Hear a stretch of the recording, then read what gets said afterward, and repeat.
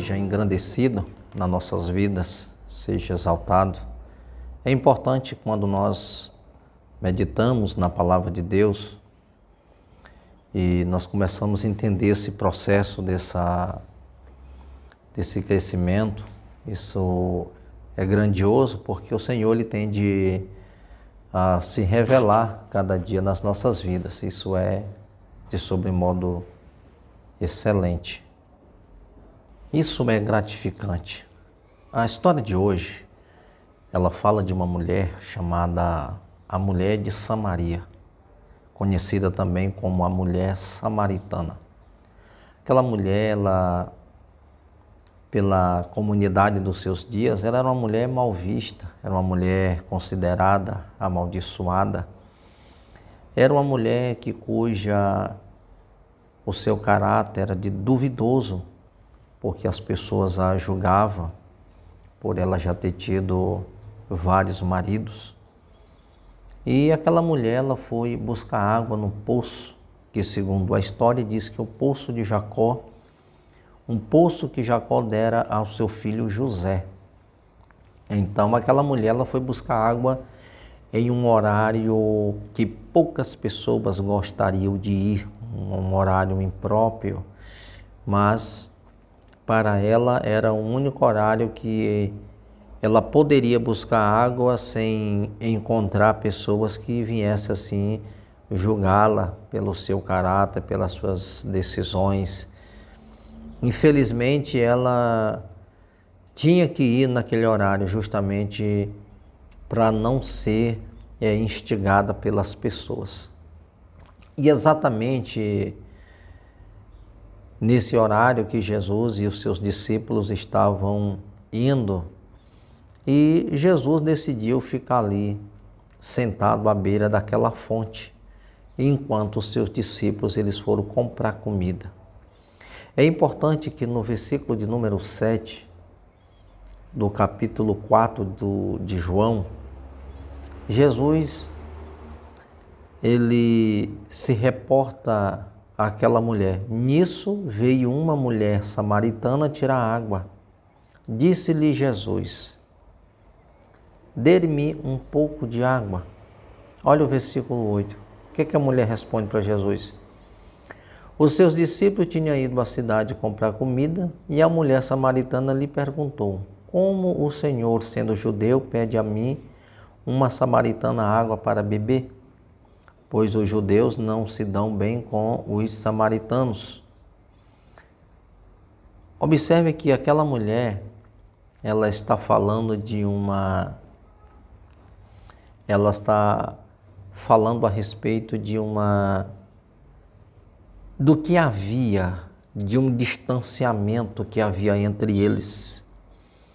A religiosidade, ela causa esse distanciamento.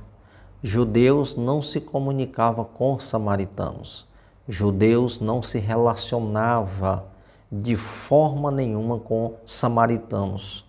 Agora vamos entender o porquê de toda essa divisão, de todo esse separação que havia entre eles, esse conceito religioso, porque os judeus acreditam que o judeu verdadeiro são aqueles de Jerusalém.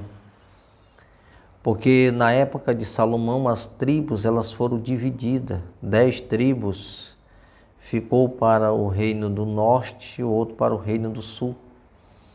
E sendo que o reino do sul é Judá e o reino do norte Israel. E a gente observa claramente que Samaria ela passou a ser a capital do norte e Jerusalém a capital do sul. E nós vamos observar que lá em Samaria eles construíram o templo, eles constituíram sacerdote, eles fizeram altares, só que para os judeus isso era completamente ilegal, porque a própria Escritura diz que somente em Jerusalém poderia se edificar um templo. E por causa destes acontecimentos, havia entre eles essa separação, essa divisão. Ou seja, tudo em Samaria foi constituído de forma, aos olhos do judeu, de forma ilegal.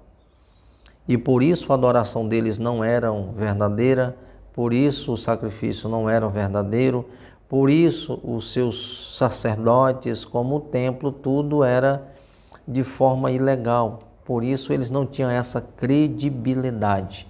Judeus não se comunicavam com o samaritano porque tinham violado essa lei do Senhor. Mas isso se perdura por vários povos, gerações, e nós vemos aqui essa crença mais uma vez sendo colocada em pauta pela mulher de Samaria. Como pode tu, um judeu, falar comigo que sou uma mulher samaritana? Só o fato dela ser uma samaritana já havia, pelos judeus, motivo suficiente para eles não falar com ela. E agora, por fato da condição dela de ser uma mulher que já teve vários maridos, seria mais um motivo para que ninguém pudesse dirigir a palavra para ela. E é importante ressaltar que até os próprios samaritanos, eles julgavam aquela mulher pela sua condição de vida, pelo momento que ela estava vivendo, pela história dela, de uma mulher que tinha vários homens, né? Já tinha tido vários homens. Então, até os próprios samaritanos rejeitavam. Agora, Jesus, ele quebra um tabu. Ele tanto quebra um tabu da religiosidade, como ele está também quebrando esse conceito moral. E a mulher, com certeza, ela ficou muito mais perplexa ao ver um judeu falar com ela do que um próprio samaritano se reportar a um judeu, principalmente naquela condição. A gente fica trazendo os relatos bíblicos e a gente observa que quando faz um contraponto com a nossa vida ou com a vida de muitas pessoas, às vezes elas estão vivendo dramas desta forma, estão vivendo dramas desta natureza. Pessoas que, por ter decidido percorrer um caminho diferente do seu, às vezes elas são instigadas, são maltratadas, são mal vistas, as pessoas zombam, as pessoas criticam, as pessoas elas menosprezam, elas acham que pode julgar o caráter das pessoas. Quanto, na verdade, o que deve ser colocado em pauta, às vezes até por falta de uma informação, seja a ação daquela pessoa, atitudes, e não propriamente o caráter da pessoa. Mas Jesus, ele veio para trazer uma harmonia. Jesus, ele veio para reconciliar. Jesus veio quebrar tabus. Jesus, ele veio derrubar muros e não construir muros, porque às vezes nós, como seres humanos, nós temos uma tendência muito grande de construir muros. E Jesus, ele veio abrir porta. Jesus, ele veio desfazer, como diz a palavra de Deus em Atos, as obras de Satanás. Então Jesus, ele veio desfazer aquilo que o próprio Satanás fez, que foi causar divisão nas pessoas. E é isso que ele começa a fazer aqui com essa mulher. E a mulher samaritana, ela pergunta, é interessante, no versículo 9, ela diz assim: a mulher samaritana lhe perguntou: como o Senhor, sendo judeu, pede a mim, uma samaritana, água para beber? Pois os judeus não dão bem com os samaritanos. Tem versões que dizem que eles não comunicam-se com os samaritanos. Eles não mantêm nenhum tipo de relação com os samaritanos. E o Senhor ainda pede de beber a mim, que sou uma samaritana, que sou uma mulher desprezada, que sou uma mulher, por vocês, judeus, não são bem aceitos, não somos vistos, somos reprovados, queridos. da onde você não está esperando ajuda. São essas pessoas que Deus usa para te ajudar. São pessoas que às vezes você não fala, você despreza, você menospreza, e são justamente essas pessoas que Deus ele usa como instrumento para te abençoar. É por isso que Paulo diz que Deus pega as coisas loucas deste mundo, as coisas vios, as coisas que não são, para confundir as que são. Ele pega a fraca para confundir as fortes. Da onde você menos vê possibilidade, probabilidade de uma reação, de ajuda, de auxílio, são essas pessoas que Deus usa. Então, aos olhos de Deus, ninguém é descartável, desde que quando você se depara diante dessa realidade, dessa verdade, você não endureça o coração, porque você também é importante. Jesus conhecia o valor e a importância daquela pessoa, não apenas pelo que ela fez, mas o que ele poderia fazer na vida dela, e a partir dali a história dela poderia ser contada de uma forma bem diferente, como foi. E a gente vai perceber nesse diálogo a oportunidade que Jesus está dando para aquela mulher de reconhecer quem de fato ele é. Isso é que é importante. Qual é o divisor de água na minha vida? Eu olhar para dentro de mim e saber quem eu sou. Mas é que eu nunca posso deixar de enxergar aquilo que Deus pode fazer por mim, que uma vez eu credibilize isso. Porque umas vezes eu posso reconhecer os meus erros, mas a outra questão é eu não querer reagir, não querer mudança, não querer estar disposto a abrir mão das coisas para que eu possa ter uma vida diferente e a minha história ser contada de uma forma diferente. E isso está aqui nesse texto. Jesus disse assim, Jesus lhe respondeu, se você conhecesse o dom de Deus, a quem está pedindo água, você lhe teria pedido e dele receberá água viva. O que é conhecer o dom de Deus? Se de fato você conhecesse quem eu sou, se você soubesse quem é que está falando contigo aqui, você faria o oposto, você não estaria questionando a tua condição. Você estaria agora disposta a me conhecer verdadeiramente. Você estava pronta para tomar uma decisão. Por quê? Porque o que eu tenho para te dar é muito maior do que aquilo que tu já tem. Porque o que tu tem é simplesmente condições de tirar água desse poço e beber e ter sede de novo. E o que eu tenho para te dar é muito maior do que isso. Olha que a proposta do Senhor para nós supera todas as nossas expectativas.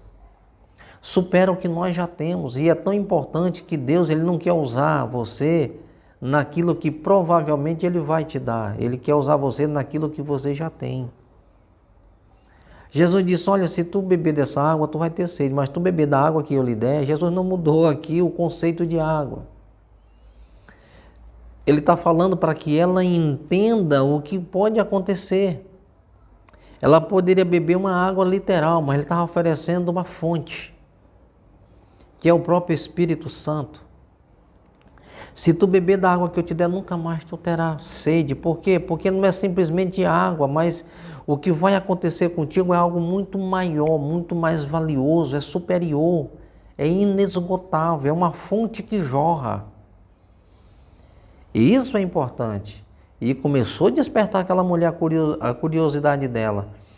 Disse a mulher, o Senhor não tem como que tirar água do poço, e o poço é fundo. Onde pode conseguir essa água viva? A mulher ainda está com aquele pensamento terreno. Ela ainda está ligada simplesmente naquela água daquele poço.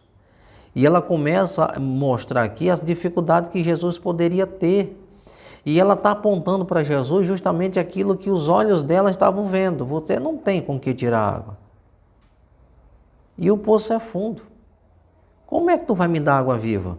O que ela está dizendo é o seguinte, olha, tu vai ter alguns problemas aí. O primeiro lugar é que tu não tem vasilha. O segundo lugar é que o poço é fundo. E o terceiro lugar é, onde é que tu vai tirar água viva? É como se a mulher estivesse declarando, a água que eu conheço aqui não é viva não. Eu não estou vendo água viva nenhuma, eu não estou vendo você com vasilha E ainda tem um maior obstáculo, o poço é fundo. Só que Jesus, ele é tão maravilhoso que ele não... O que está em questão aqui não é se tem vasilha ou se não tem. Não é o meio que ele vai utilizar. A questão é o que ele tem para oferecer. É por isso que Jesus ele disse para Marta, ele disse também para Maria, se tu creres, tu verás a glória de Deus. Que para que o milagre aconteça na nossa vida é preciso acreditar, crer. O nosso maior problema é acreditar naquilo que a palavra de Deus está falando. Naquilo que a palavra de Deus está dizendo. Se a palavra está dizendo que tu tem que crer, tu precisa crer para receber, pois creia.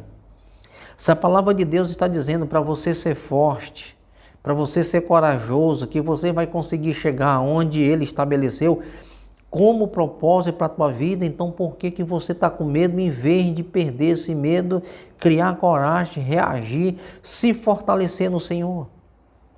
Por quê? Porque o Senhor diz em Josué capítulo 1, versículo 8, ser forte e corajoso, porque eu serei contigo por onde quer que andares. Em Ageu capítulo 2, nos versículos 6, ele diz, ser forte, Josué, ser forte, Zorobabel, ser forte, seja corajoso. O Senhor está sempre fortalecendo o seu povo. E como é que eu posso ser forte e corajoso? Se fortalecendo nele. Efésios capítulo 6. A partir do versículo 10. Fortalecei-vos no Senhor e na força do seu poder. Revesti-vos com toda a armadura de Deus para que podeis resistir no dia mau. Ali o Senhor está dizendo, muda a tua mentalidade, e uma vez você mudando o seu pensamento, você mudando a sua mentalidade, você vai se apropriar daquilo que eu estabeleci para você como meta, para a tua vida, então prossiga. Em vez de dar ênfase, evasão ou ao medo, crie coragem, se fortaleça em mim, para que você possa ter condições de avançar, de crescer. Isso é maravilhoso. E o Senhor começa a despertar naquela mulher a curiosidade, mas até então ela só está vendo problema, ela só está vendo obstáculo. Mas o Senhor começa a ampliar a visão daquela mulher. Olha só, o verso 12. Acaso o Senhor é maior do que o nosso pai Jacó, que o deu o poço do qual ele mesmo bebeu, bem como seus filhos e o seu gado? As dúvidas, ela não deixa você ver o que está diante dos teus olhos. A mulher começa a olhar só o obstáculo, ela diz, por acaso tu é maior do que o nosso pai Jacó, que fez esse poço, que ele mesmo bebeu dessa água? É claro que é. Só que para reconhecer que Jesus era maior do que Jacó, ela precisava credibilizar o que ele estava falando. Ela precisava crer no que ele estava dizendo, e só assim os seus olhos seriam abertos. Mas Jesus é paciente. Jesus respondeu, quem beber desta água terá sede outra vez. Aí aqui ele começa a mudar a história. Mas quem beber da água que eu lhe der, nunca mais terá sede. Ao contrário, a água que eu lhe der se tornará nele uma fonte de água e jorra para a vida eterna. Olha só o que Jesus já começa a mudar aqui o cenário. Se tu beber dessa água, mulher, tu vai ter sede, mas aqui eu tenho para te dar. Se tu beber da água que eu lhe der, nunca mais tu terás sede. Pelo contrário, nele se tornará nele uma fonte de água que jorra para a vida eterna. Aí a mulher começou a se interessar.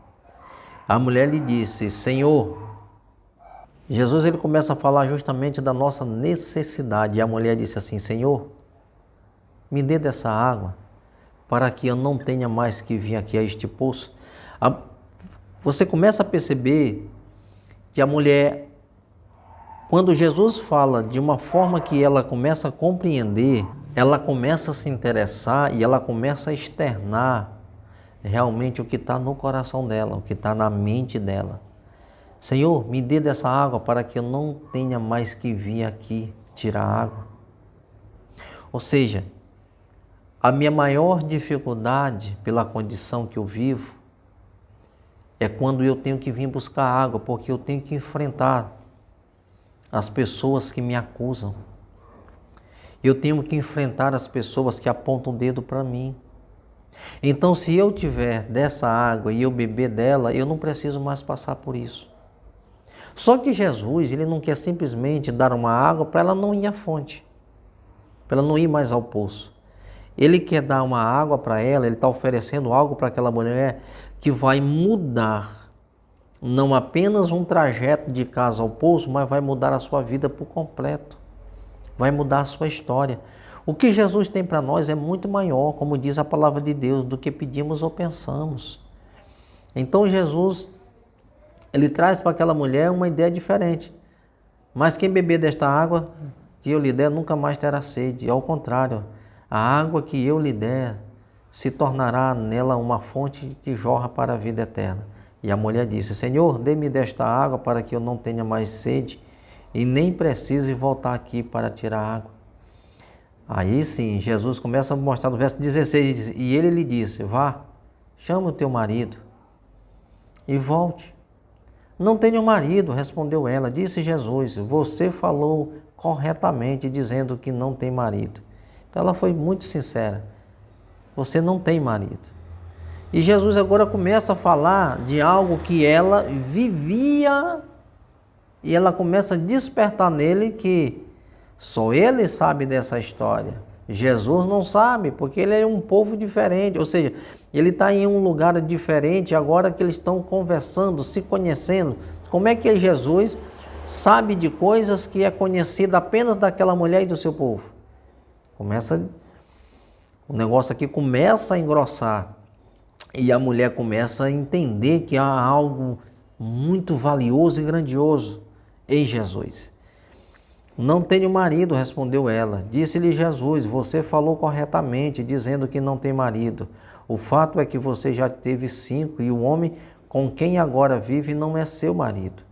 O que você acabou de dizer é verdade. Olha só. O que você acabou de dizer é verdade. Por quê? Porque ela disse que não tinha marido e ela falou a verdade, ela não tem. E o que tem não é dela. Verso 19. Disse a mulher: Senhor, vejo que és profeta.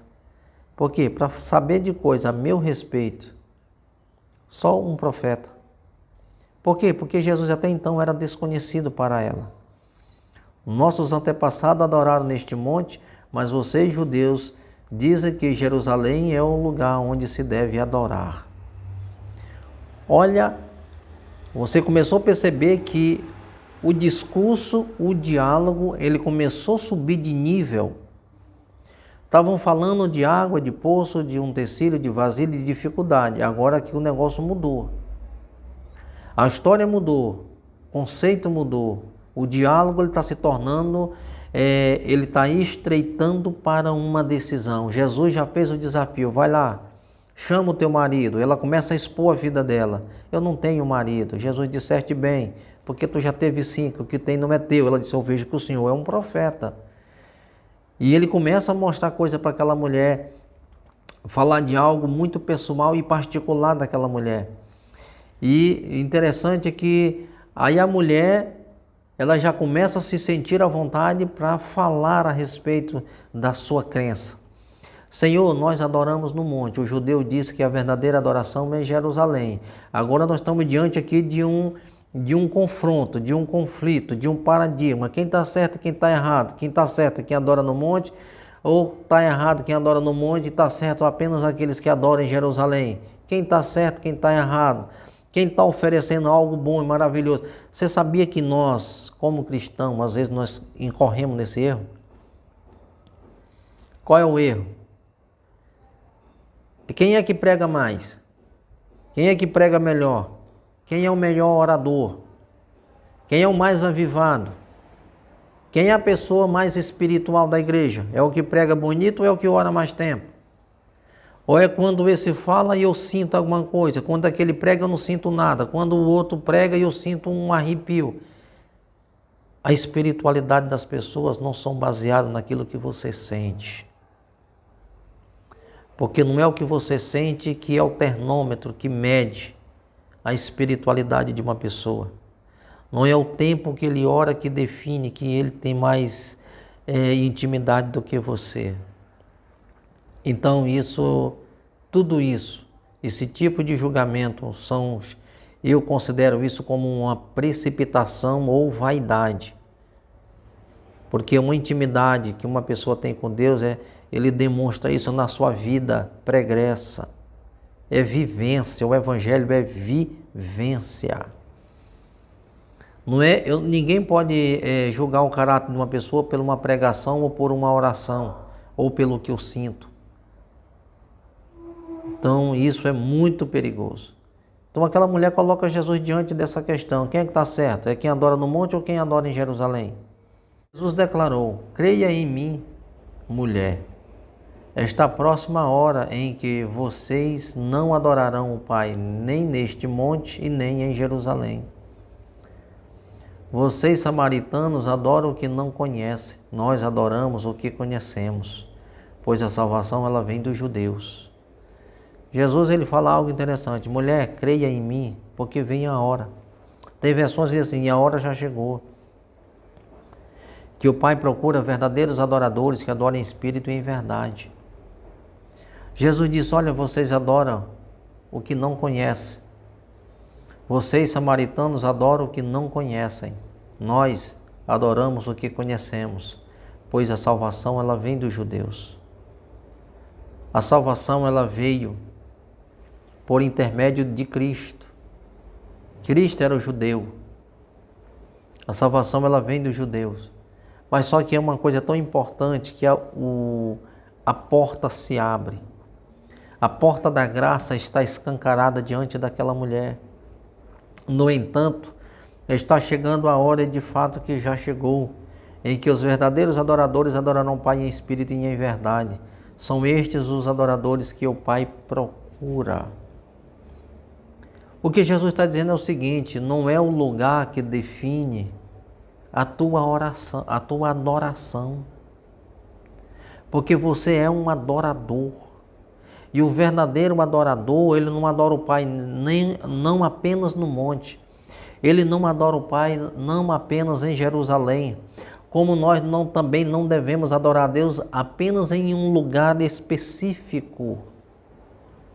Mas a igreja é o lugar que nós nos reunimos, estou falando de igreja templo, é o lugar onde nós nos reunimos, juntos louvaremos o nome do Senhor.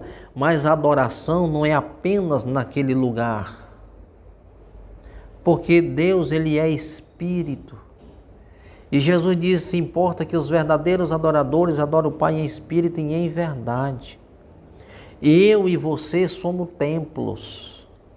Paulo diz que nós somos casas espirituais. O Espírito Santo habita em vós.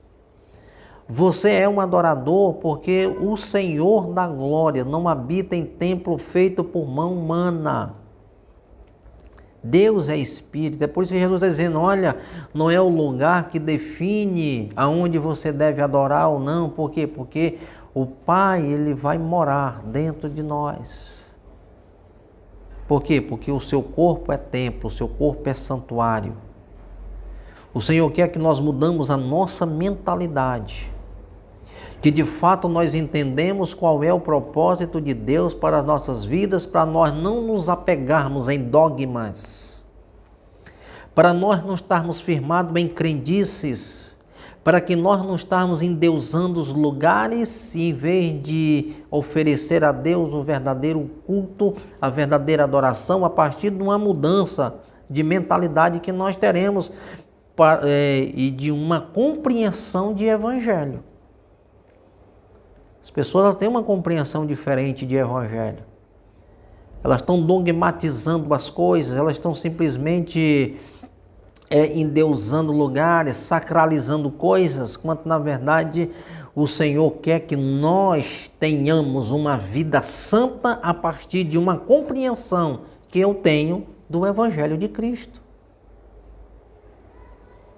Porque se eu tiver uma vida santificada na presença de Deus, eu vou adorar o Senhor na igreja, no templo, eu vou adorar o Senhor no meu trabalho, eu vou adorar o Senhor dirigindo o meu carro, eu vou adorar o Senhor na empresa onde eu trabalho, eu vou adorar o Senhor, seja no campo, seja na chácara, seja na minha casa, no meu quarto. Eu sou um eterno adorador, porque eu sou templo.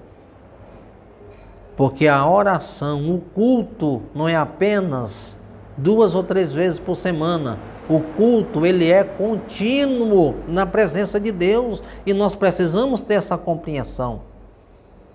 Jesus está falando, Deus é Espírito. Agora o culto não tem que ser simplesmente em um horário. O culto, ele é contínuo. O culto, ele acontece a todo momento. Orai sem cessar. Buscai o Senhor incessantemente. Essa é a nossa... Nós precisamos estar ligado com Deus a toda hora. Não podemos nos desligar do Senhor. Nós temos e precisamos atentar para essa realidade. E a mulher agora, ela estava se antenando. A mulher disse, eu sei, quando o Messias, que se chama Cristo, vier, ele vai nos explicar tudo. Aí Jesus revela para aquela mulher. Então Jesus declarou, eu sou o Messias, eu que estou falando com você.